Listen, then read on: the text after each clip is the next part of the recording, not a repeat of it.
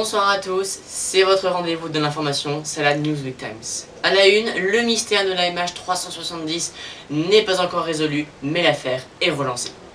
Les plaies ne sont pas encore pensées que l'affaire sur la disparition de la Malaysia Airlines du 8 mars 2014 refait surface.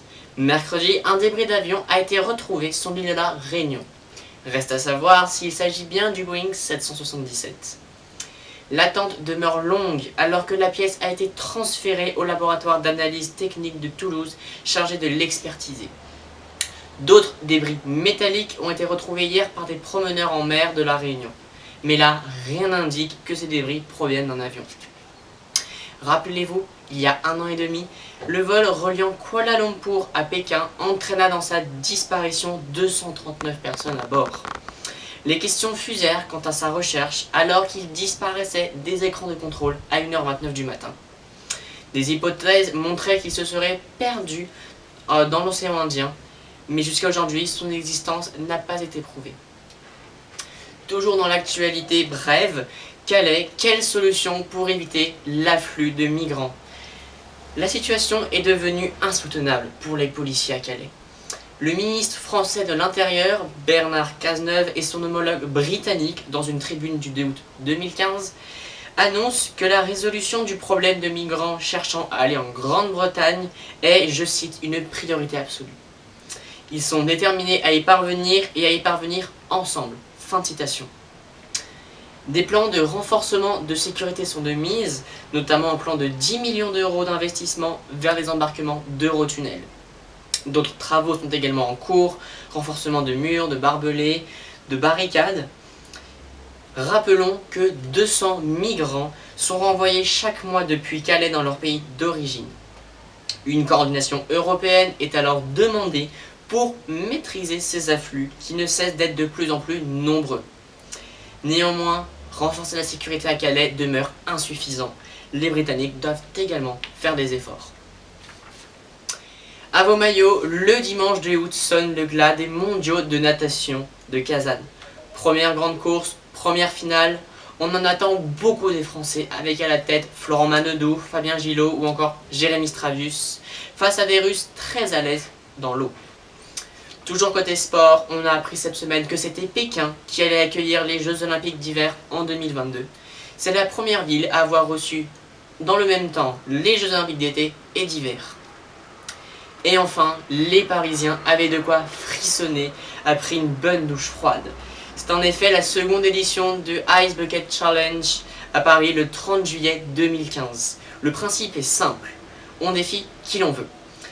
Si la personne accepte de relever le défi, elle verse alors 10 € à l'association ARLSA pour lutter contre la maladie de Charcot, une maladie neurologique. Ou bien elle refuse et elle verse 100 €.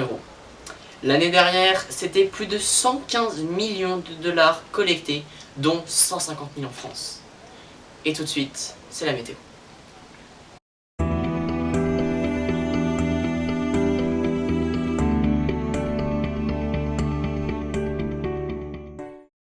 Parlons météo de la semaine du 3 août. Lundi, un temps plutôt ensoleillé sur le territoire métropolitain, hormis quelques nuages sur les côtes bretonnes et un vent persistant vers Perpignan. Dans l'après-midi, un ciel plutôt voilé vers le quart nord-est du pays, notamment sur les rives de la Manche. Dans le reste du pays, un temps agréable avec des températures qui reviennent vers les moyennes saisonnières.